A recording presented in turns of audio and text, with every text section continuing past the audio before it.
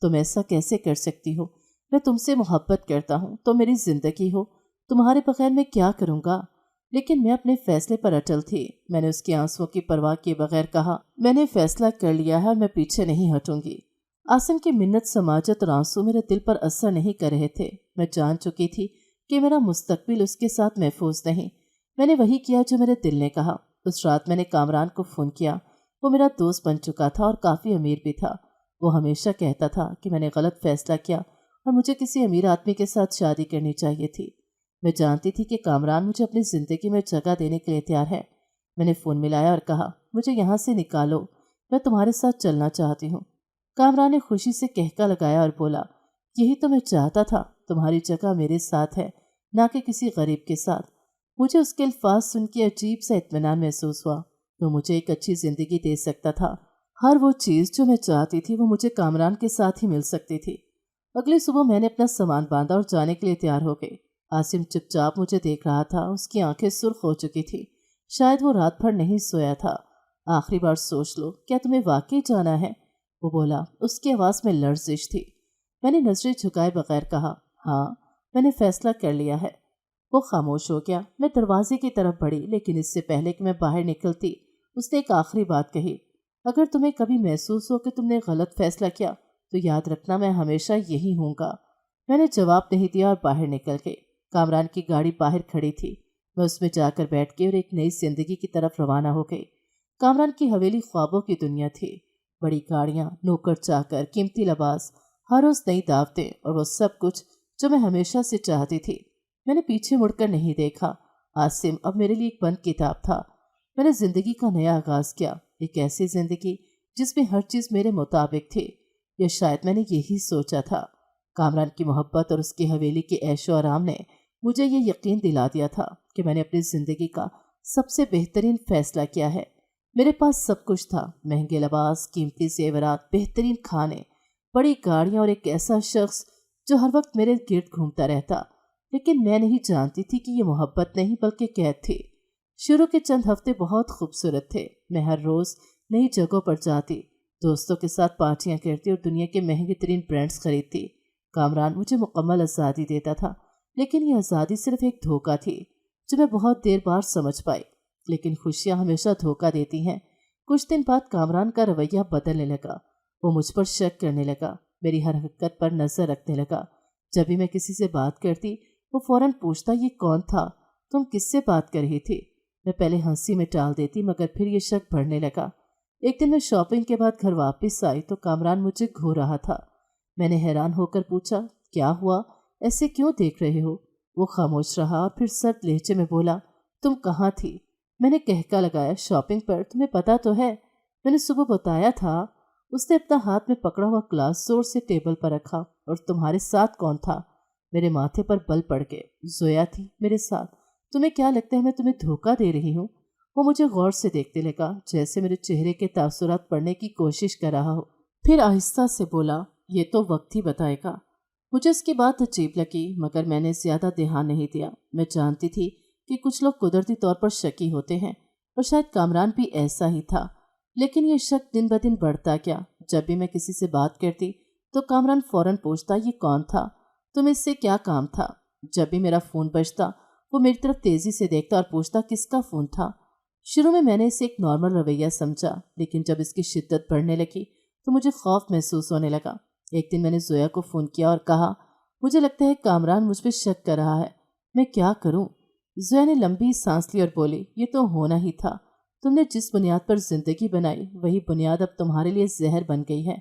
میں نے غصے سے فون رکھ دیا، مگر زویا کی بات میرے دل میں گونجتی رہی۔ کامران کی نگرانی بڑھتی جا رہی تھی۔ وہ میرے فون کا پاس ورڈ مانگنے لگا، میرے کپڑوں پر کڑی نظر رکھنے لگا، وہ میرے ہر عمل پر شک کرنے لگا۔ جب بھی میں کہیں جانے کا کہتی وہ مجھ سے سوال کرتا، وہاں کیوں جا رہی ہو؟